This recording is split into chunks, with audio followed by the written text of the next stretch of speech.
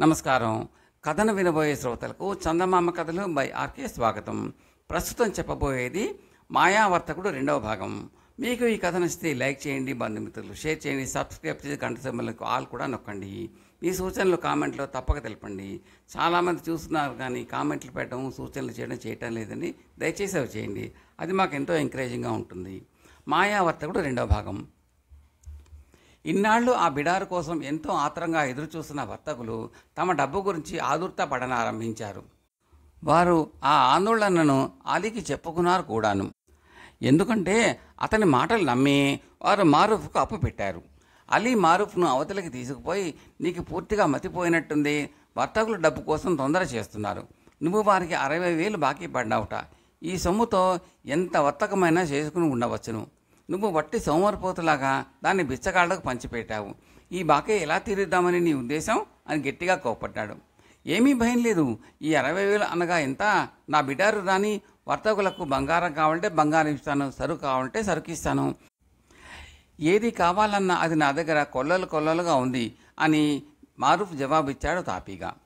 ఓరిపిడుగా, ఆ కట్టుకథ నాకే చెబుతున్నావా, నీ బతుకు ప్రపంచానికి ఇప్పుడే చాటగాలను, జాగ్రత్త, ఏమిటనుకుంటున్నావో అన్నాడు అలీ.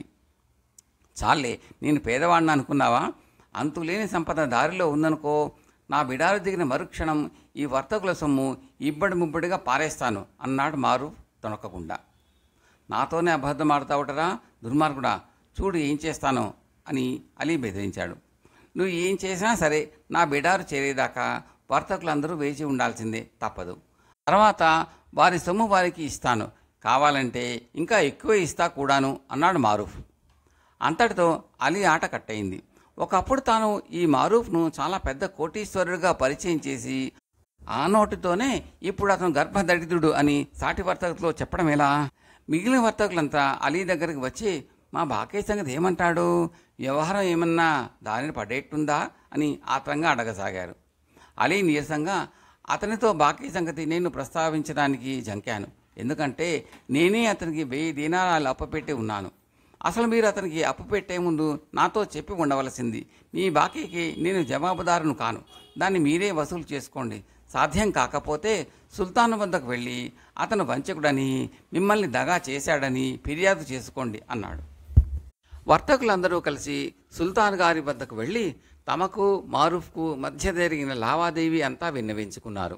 ప్రభు, ఈ మనిషి పేదవాడు అనుకుందామా అంటే మా కళ్ళ ఎదుటే పేదలకు గుప్పెళ్లతో బంగారం దానం చేశాడు, దరిద్రుడైన వాడు ఎన్నడూ అలా చేయడు, ఈ దాన ధర్మాల కోసం అతను మా వద్ద 60,000 దీనారాలు అప్పు తీసుకున్నాడు, పోనీ అతడు ధనవంతుడే అని తొందరపడకుండా ఉందామంటే ఎన్నాళ్ళు చూసినా అతని బిడారు జాడ లేకుండా ఉన్నదాయే అన్నారు వారు. వారు చెప్పేది వింటూ ఉంటే మారూఫ్ సాట్లేని ధనికుడన్న నమ్మకం కుదిరింది సుల్తానుకు. ఆయన అసలే లోభి. ఈ మారూఫ్ పేదలకు గుప్పిళ్లతో బంగారం దానం చేస్తున్నాడు అనేసరికి అటువంటి వాడి వల్ల లాభం పొందాలన్న దురాశ ఆయనలో తల ఎత్తింది. ఆయన వర్తకులందరినీ పంపేసి తన వజీర్ని పిలిచి, మనం ఈ మారూఫ్ స్నేహం సంపాదించుకోవాలి, అతని బిడారు ఇవాళ కాకపోతే రేపైనా వచ్చి తీరుతుంది, ఈ వర్తకులు గద్దల్లాగా పొంచి ఉన్నారు, వారు అతని సరుకును కాజేయకముందే మనం జాగ్రత్త పడాలి, అవసరమైతే అతనికి నా కూతురునిచ్చి పెళ్లి చేసి అతని ఆస్తి మన ఆస్తిలో కలిపేస్తాను అన్నాడు. మీరు దురాశకు పోయి మోసపోకండి ప్రభు, ఈ మనిషి బట్టి మోసగాడిలా ఉన్నాడు అన్నాడు వజీరు. నేను ముందుగా అతన్ని పరీక్ష చేస్తాను, అందుకు అవసరమైన ఆలోచన చేసే ఉంచాను, అతను మోసగాడని రుజువు అయిందంటే తల తీసే ఇద్దాం అన్నాడు సుల్తాను. వెంటనే వజీరు మారూఫ్ను పిలిపించాడు. అతను వచ్చి సుల్తాన్కు సలాం చేసి కూర్చున్నాడు. నువ్వు ఈ నగర వర్తకులకు 60,000 దీనారాలు బాకీ పడ్డావుట, నిజమేనా అని సుల్తాన్ అడిగాడు. మారూఫ్ నిజమేనన్నాడు. అయితే వారి బాకీ ఎందుకు చెల్లించవు అని సుల్తాన్ మళ్ళీ అతన్ని అడిగాడు. నా బిడారు వచ్చి దిగగానే వారి బాకీ చెల్లివేస్తాను, బంగారం కావాలంటే బంగారం ఇస్తాను, సరుకు కావాలంటే సరుకు ఇస్తాను, ఏది కావాలంటే అది నా దగ్గర కొల్లలుగా ఉన్నది అన్నాడు మారూఫ్ తాపీగా. అతన్ని పరీక్షిద్దామనే సుల్తాను 1000 దీనారాల విలువగల ముత్యాన్ని తీసి అతనికి ఇస్తూ, ఇలాంటి విలువగల ముత్యాలు మీ బిడార్లో ఉన్నాయా అని అడిగాడు. మారూఫ్ దాన్ని అటూ ఇటూ తెప్పిచూసి చివరకు ఆ ముత్యాన్ని కాలి కింద పెట్టి తొక్కి చెత్త కొట్టేశాడు. సుల్తాను మండిపడుతూ, ఏమిటి నీ ఉద్దేశం అన్నాడు. ఎంత విలువ ఉన్నా ఈ ముత్యం 1000 దీనారాల కన్నా ఉండదు, నా వద్ద ఇంతకన్నా పెద్ద పెద్ద ముత్యాలు చాలానే ఉన్నాయి అన్నాడు మారూఫ్. సుల్తానుకు దురాశ కట్టలు తెగిపోయింది. ఆయన నగరవర్తకులను పిలిపించి, మీరు మీ సొమ్ము గురించి ఏమీ బెంగపడని అవసరం లేదు, బిడారు తప్పక వచ్చి చేరుతుంది, మీ బాకీలు మీరు వసూలు చేసుకోగలుగుతారు అని చెప్పాడు. తర్వాత ఆయన తన వజీరుని పిలిచి, మారూఫ్ను రాజభవనానికి అతిథిగా ఆహ్వానించు, అతనితో నా కుమార్తెను గురించి ప్రస్తావించి పెళ్ళాడటానికి ఇష్టపడతాడేమో తెలుసుకో, అతని ఆస్తంతా మనం కలుపుకోవచ్చు అన్నాడు. ప్రభు, ఈ విదేశీయుడిని చూస్తే నాకెందుకో సందేహంగా ఉంది. ఇతన్ని రాజభవనంలో అడుగు పెట్టనివ్వటం అంత మంచిది కాదేమో. అయినా ఇంతలోనే అంత తొందర ఏమొచ్చింది? అతను బిడారు వస్తున్న జాడైనా తెలిసేదాకా తొందరపడడం మంచిది కాదేమో అని వజీరు సలహా ఇచ్చాడు. ఈ సలహా విని సుల్తాన్ మండిపడ్డాడు. విశ్వాసఘాతకుడా, నా కుమార్తెను నీవు పెళ్లాడతానని అన్నావు, దానికి మేం ఒప్పలేదు. ఇప్పుడు ఆమెకు మంచి సంబంధం వస్తే అది ఎలా అయినా పడగొట్టాలని చూస్తున్నావు. నా కుమార్తెకు ఎలాగైనా పెళ్ళియుడు తప్పించి అప్పుడు నీవే పెళ్ళాడదామని అనుకుంటున్నావు. ఇతను నా కుమార్తెను పెళ్ళాడితే మనమంతా బాగుపడిపోతాం, ఏమనుకుంటున్నావు అన్నాడు ఆయన. ఇంకా ఎదురు చెప్తే సుల్తాన్కు మరింత కోపం వస్తుంది అనుకుని వజీరు తిన్నగా మారూఫ్ వద్దకు వెళ్ళి, సుల్తాన్ గారికి తమ కుమార్తెను నీకిచ్చి చేయాలని ఉన్నది, మీ ఉద్దేశం ఎలా ఉందని ఆయనతో చెప్పాలి అని అడిగాడు. సుల్తాన్ గారి ఆదరానికి చాలా కృతజ్ఞుణ్ణి, కానీ నా బిడారు వచ్చేదాకా ఆగటం మంచిది కాదా? రాజకుమార్తెను పెళ్ళాడటం అంటే చాలా పెద్ద తతంగం ఉంటుంది. పెళ్లి కూతురికి కనీసం 5,000 సంచుల బంగారం పెట్టాలి. పెళ్లినాడు నగరంలోని పేద సాధులకు కనీసం 1000 సంచుల బంగారం దానం చేయాలి. సైనికుల వినోదానికి మరో 1000 సంచుల బంగారం అవుతుంది. పెళ్లి కూతురికి నేను 100 రత్నాలైనా పెట్టుకోవాలి. దాసదాసి జనాలకు అంతకు కలిపి మరో 100 రత్నాలు బహూకరించాలి. నా బిడారు చేరింది, ఇదంతా ఎలా సాధ్యమవుతుంది అన్నాడు మారూఫ్ దర్పంగా. వజీరు ఈ మాటలను సుల్తాన్ గారికి నివేదించాడు. సుల్తానుకు తల తిరిగిపోయిన పని అయింది. ఆయన మారూఫ్ను వెంటనే పిలిపించి, ఓ వర్తక శేఖర, ఈ పెళ్ళి వెంటనే జరిగిపోవాలి. పెళ్లికయ్యే ఖర్చంతా నేనే భరించుకుంటాను. నా ఖజానా నిండా పుష్కలంగా డబ్బున్నది. నీ అవసరాలకు కావలసిన డబ్బు ఎంతైనా సరే నువ్వు నిరభ్యంతరంగా తీసుకోవచ్చు. పెళ్లి కూతురుకు ఇవ్వవలసిన కట్నం కానుకల సంగతి బిడారు వచ్చినాక చూసుకోవచ్చు. ముహూర్తం వాయిదా వేయటం మటుకు నాకు ఎంతమాత్రమూ ఇష్టం లేదు అన్నాడు. మారూఫ్ సరేనన్నాడు. అతనికి సుల్తాన్ కుమార్తెనిచ్చి వైభవంగా పెళ్లి చేసేటందుకు ఏర్పాట్లు జరిగాయి. మారూఫ్ను పెళ్లికొడుకును చేసి దేవిడీలో ఒక సింహాసనం మీద కూర్చోబెట్టారు. అతని ముందు గాయకులు పాడారు, నర్తకులు నాట్యం చేశారు, విదూషకులు హాస్యాలు చేశారు, గొప్ప గొప్ప మల్లులు కుస్తీలు పట్టారు. ఆ రోజల్లా అతను ఖజానా నుంచి సంచులతో బంగారం తెప్పించి పంచుతూనే ఉన్నాడు. ఖజానా నుంచి సంచులు తెచ్చి అందించలేక వజీర్కు రెక్కలు పడిపోయాయి. ఆయన మారూఫ్ దగ్గరికి వచ్చి అతని చెవిలో, అల్లా నిన్ను క్షమించడు, నగల వర్తకుల బంగారం అంతా అలాములు పలాములు చేసింది చాలక సుల్తాన్ గారి ఖజానా అంతా ఈ విధంగా గుల్ల చేస్తున్నావా అన్నాడు కోపంగా. మచ్చ నీ సొమ్మేం పోయింది? నా బిడారు రాని సుల్తాన్ గారి సొమ్ముకు 1000 ఇంతలు తిరిగి ఇస్తాను అన్నాడు మారూఫ్. 40 రోజుల పాటు ఉత్సవాలు జరిగాక పెళ్లి రోజు వచ్చింది. పెళ్లి ఊరేగింపులో మారూఫ్ బంగారం 2 చేతుల వీధులంతా వెదజల్లాడు. చివరకు పెళ్లి కొడుకును పెళ్లి కూతురుని పడకింట్లోకి పంపారు. మారూఫ్ మంచానికి ఒక మూల దిగాలపడి కూర్చుని కంట నీరు పెట్టుకోసాగాడు. సుల్తాన్ గారి కుమార్తె అతని దగ్గరకు వచ్చి, ఎందుకలా విచారిస్తున్నావు, నీకేం కష్టం వచ్చింది అని అడిగింది. అంతా అల్లా నిర్దేశం, కానీ ఇలా జరగడానికి తప్పు పూర్తిగా మీ నాన్నదే అన్నాడు మారూఫ్. ఇప్పుడు ఏం తప్పు జరిగింది అన్నది సుల్తాన్ కుమార్తె. జరగకపోవటం ఏమిటి? నన్ను చూసి అందరూ తిడుతున్నారు. నా బిడారు వచ్చినదాకా ఈ పెళ్లి ఆపినట్టయితే నీకు ఎటువంటి బట్టలు పెట్టేవాణ్ణి, ఎటువంటి నగలు పెట్టేవాణ్ణి. ఇంత వైభవంగా పెళ్లి చేసుకుని కూడా పెళ్లి కూతురు అయిన నీకు ఏమీ పెట్టగా లోకానికి పరం నీచుడుగా కనిపిస్తున్నాను అన్నాడు మారూఫ్ విచారంగా. దీనికే ఇంత విచారం చాలా అన్నది సుల్తాన్ కుమార్తె. పెళ్ళి అయిన మర్నాడు సుల్తాన్ గారి నౌకర్లకు వడ్డించే కుర్రాడు మొదలుకొని వజీరు దాకా ప్రతి ఒక్కరికి మారూఫ్ బట్టలు పెట్టి బంగారం బహూకరించాడు. ఈ దాన ధర్మాలు 20 రోజుల పాటు సాగాయి. ఆ తర్వాత సుల్తాన్ గారి ఖజానా ఖాళీ అయిపోయింది. ఇంతవరకు మారూఫ్ బిడారు జాడలేదు. వజీరు సుల్తాన్తో, మహాప్రభు, ఖజానా ఖాళీ అయింది, అల్లుడు గారి బిడారు వచ్చే సూచనలు ఏవి ఇంతవరకు లేవు, ఏం చేద్దాం అన్నాడు. సుల్తానుకు ఈ మాటలు వినగానే కంగారెత్తింది. అవును, ఏం చేద్దాం అన్నాడు ఆయన ఆదుర్తాగా. ఈ వంచకుడిని నమ్మవద్దని అదివరకే చెప్పాను. నన్ను అడిగితే ఇతనికి బిడారే లేదంటాను. మిమ్మల్ని మోసగించి చిల్లిగవ్వ లేకుండా మీ కుమార్తెను పెళ్ళాడి పైపెచ్చి మీ ఖజానా అంతా గుల్ల చేశాడు. ఈ పనికి మాలిన వాడు ఇంకెంతకాలం సహించి చూస్తూ ఊరుకోవటం? వీటికి వెంటనే తగిన ప్రాయశ్చిత్తం చేయించండి అన్నాడు వజీరు. అతన్ని గురించి నిజం తెలిస్తే ఎంత బాగుండును అన్నాడు సుల్తాను నిస్పృహతో నిట్టూరుస్తూ. మహాప్రభు, భర్త రహస్యాలు భార్య వద్ద దాగవు. అతని గురించి నిజం తెలుసుకునేటందుకు నన్నొక్కసారి మీ కుమార్తెతో మాట్లాడనిస్తారా అని అడిగాడు వజీరు. సుల్తాన్ అందుకు సమ్మతించాడు. ఒక తెర అడ్డం కట్టించినాక సుల్తాన్ కుమార్తె వచ్చి తెర వెనకాల నిలబడింది. యువతల నుంచి వజీరు, అమ్మ, ఖజానా ఖాళీ అయింది. ఆ పుణ్యం కట్టుకున్నది మీ భర్తే. ఆయనకు ఒక బిడారు ఉన్నట్టు అస్తమాను వింటూనే ఉన్నాం కానీ ఆ బిడారును కళ్ళ చూసిన వాళ్ళు ఎవ్వరూ లేరు. ఈ మారూఫ్ అనే మనిషిని గురించి మీకేమి తెలుసు? ఆయన నమ్మదగిన వాడైనా? ఈ విషయాలు దయచేసి చెప్పాలి. ప్రభు వారితో సంప్రదించి వారి అనుమతితోనే మిమ్మల్ని ఈ విధంగా అడుగుతున్నాను అన్నాడు. నాకు అంతులేని ముత్యాలు, రత్నాలు, ఆభరణాలు ఇస్తానని ఆయన రోజు నాతో అంటూ ఉంటారు. నేను కూడా వేటిని కళ్ళ చూడలేదు అన్నది సుల్తాను కుమార్తె. మహారాణి, ఈ రహస్యం ఏమిటో మీరు ఇవాళే అడిగి తెలుసుకోండి. ఆ రహస్యం ఎవరికీ చెప్పనని మాట కూడా ఇవ్వండి అన్నాడు వజీరు. అలాగే చేస్తాను అన్నది సుల్తాను కుమార్తె.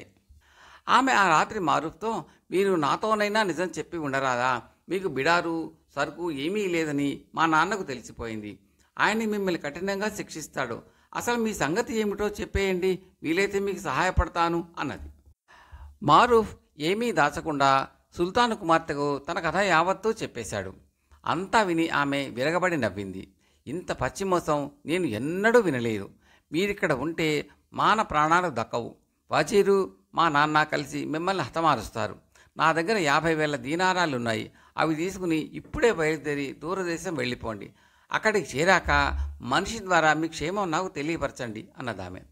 మారూఫ్ ఆ డబ్బు తీసుకుని బానిసలు వేసుకునే దుస్తులు వేసుకుని సుల్తాను గారి అశ్వశాలలో ఉన్న గుర్రాల్లోకి వెళ్ళా మేలుజాతి గుర్రం ఎక్కి ఆ రాత్రే కోట నుంచి పరారీ అయిపోయాడు.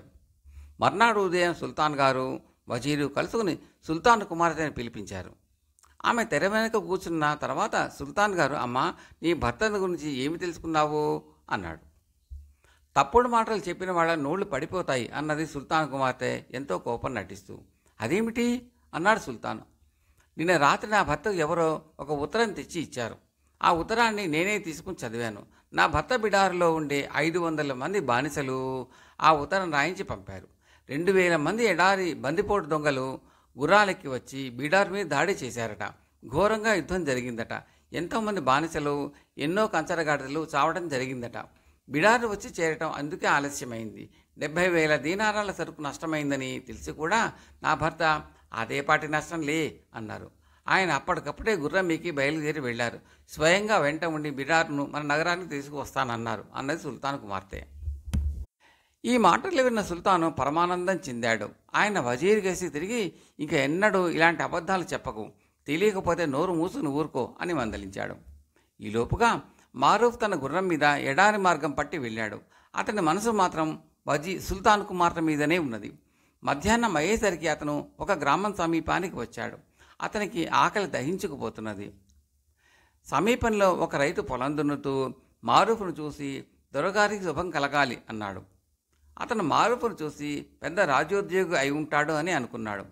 మారూఫ్ గుర్రం దిగి, నువ్వెవరు బాబు? ఈ కనిపించే గ్రామంలో భోజనశాల ఉన్నదా అని అడిగాడు. ఈ పొలం నాదే బాబు. మా గ్రామం చాలా చిన్నది. ఇక్కడ భోజనశాలలు ఉండవు. అయినా మీకెందుకు వచ్చిన శ్రమ?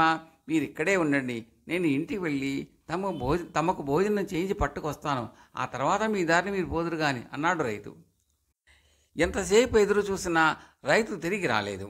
తన మూలంగా వాడి పొలం పని నిలిచిపోయినందుకు విచారించి మారూఫ్ తానే పొలంలోకి వెళ్ళి కాడి పట్టి దున్నసాగాడు. ఎద్దులు కొంత దూరం వెళ్ళేసరికి నాగలికి ఏదో అడ్డం తగిలింది. ఎద్దులు ఎంత బలంగా లాగినా అది ముందుకు పోలేదు. ఆ అడ్డం తగిలింది ఏమిటో చూద్దామని మారూఫ్ పలుగుతో తవ్వి చూసేసరికి ఒక రాతి పలక కనిపించింది. అతను దాన్ని చూసి ఆశ్చర్యపడుతూ తన బలమంతా వినియోగించి రాతిని పక్కకు తీశాడు. రాతి కింద ఒక నేలమాళిగా, అందులోకి దిగే మెట్లు కనిపించాయి. మారూఫ్ మెట్లు దిగి వెళ్ళాడు. అడుగున ఒక నలుచదరమైన పెద్ద కొట్టం ఉన్నది. అందులో 4 గదులు ఉన్నాయి. వాటిలో బంగారపు కుప్పలు, ముత్యాల కుప్పలు, రత్నాల కుప్పలు ఉన్నాయి. ఎన్నో వందల సంవత్సరాల క్రితం ఎవరో రాజులు తమ ధనాన్ని ఆ కొట్టంలో దాచుకున్నారు. తర్వాత ఆ రాజ్యం పోయింది. ఆ ప్రాంతాన్ని ఎడారి ఆక్రమించింది. మారూఫ్ తన అదృష్టాన్ని నమ్మలేకపోయాడు. అతను మళ్లీ పైకి వచ్చి రాత్రిని యథాస్థానంలో పెట్టేసి దానిపై మన్ను కప్పి రైతు కోసం ఎదురు చూడసాగాడు. కొద్దిసేపట్లో రైతు రకరకాల ఆహార పదార్థాలు తెచ్చి మారూఫ్ ముందు పెట్టి, బాబు, తమ కోసం ప్రత్యేకంగా వంట చేయించేసరికి ఆలస్యమైంది, మన్నించండి అన్నాడు. ఏమోయ్, నువ్వు చాలా మంచివాడివిలాగా, తెలివిగలవాడిలాగా కనబడుతున్నావు. నా దగ్గర 50,000 దీనారాలున్నాయి. వాటిని తీసుకుని ఈ పొలం నాకు వదిలేయగలవా? ఆ డబ్బుతో హాయిగా నువ్వు వర్తకం చేసుకోవచ్చు. పొలం చేసుకుంటే నీకేం వస్తుంది అన్నాడు. రైతు ఆనందానికి మేరలేదు. సుల్తాను కుమార్తె తనకిచ్చిన డబ్బంతా రైతుకి ఇచ్చేసి పొలం తన పేరు పెట్టించుకున్నాడు మారూఫ్. ఆ తర్వాత మారూఫ్ ఆ రైతు వెంటనే కొంతకాలం ఉండి దొరికిన కంచరగాడిదనల్లా కొనసాగాడు. చిన్న చిన్న బిడార్లు ఆ ప్రాంతంగా వస్తే వాటి వెంట ఉన్న బానిసలతో సహా కొనసాగాడు. 1 నెల లోపల అతను 500 కంచరగాడిదలను, 500 బానిసలను కొన్నాడు. పొలంలో తనకు దొరికిన రత్నరాశులు అన్నిటినీ ఆ కంచరగాడిదల మీదకి ఎక్కించి తిరిగి ఖతాన్ నగరాన్ని బయలుదేరాడు. ఈ లోపల ఆ నగరంలో సుల్తాన్ గారు చాలా ఆందోళన చెంది ఉన్నాడు. ఖజానా ఖాళీ అయి 1 నెల రోజులైంది. తన భర్త బిడారును తీసుకురావడానికి వెళ్ళాడని తన కుమార్తె చెప్పింది. అతను తిరిగి వస్తాడని, ధనం తెస్తాడని సుల్తాన్ ఈ రోజుకు ఆ రోజు ఆత్రంగా ఎదురు చూస్తున్నాడు. ఆఖరికి వజీరు, మహాప్రభు, మీ కుమార్తె చెప్పిన అబద్ధాలు నమ్మి మీరు నిష్కారణంగా భ్రమలో పడిపోతున్నారు. మీ అల్లుడు గారు వెళ్ళింది బిడారును తెచ్చేటందుకు కాదు, తన ప్రాణాలు దక్కించుకునేటందుకు. అతనికి బిడారు ఎక్కడిది అన్నాడు ఈసడింపుగా. సరిగ్గా అదే సమయానికి భటుడు ఒకడు పరిగెత్తుకుంటూ వచ్చి సుల్తాన్ గారికి సలాము చేసి, మహాప్రభు, అల్లుడు గారు తిరిగి వస్తున్నారు అన్నాడు. సుల్తాన్ ముఖం విచ్చుకున్నది. వజీరు ముఖం ముడుచుకున్నది. మారూఫ్ వచ్చి సుల్తాన్ కౌగలించుకుని, నేను అనుకున్న దానికి నా చాలా ఎక్కువ నష్టమే జరిగింది. నా సద్దుల్లో కొద్ది భాగమే దక్కింది. చూతురుగాని రండి అంటూ సుల్తాన్ తన వెంట తీసుకువెళ్ళాడు. రాజభవనం ముందు ఆవరణలో మూటలన్నీ దించి ఉన్నాయి. వాటిని తెచ్చిన కంచరగాడిదలు ఒక పక్కగా నిలబడి ఉన్నాయి. ధనరాశులను చూడవచ్చిన నగరంలోని వేలాది మంది జనాన్ని భటులు దూరంగా ఉంచారు.